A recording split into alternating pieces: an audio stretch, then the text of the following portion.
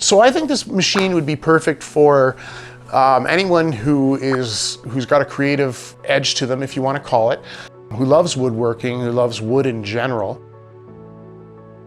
I can't say that patience is needed because I have next to none.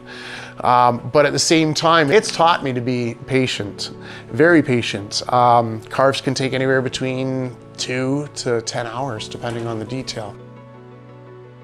And it's also given me the ability to learn such a great machine and also learn programming and stuff that I'd never known about before this machine.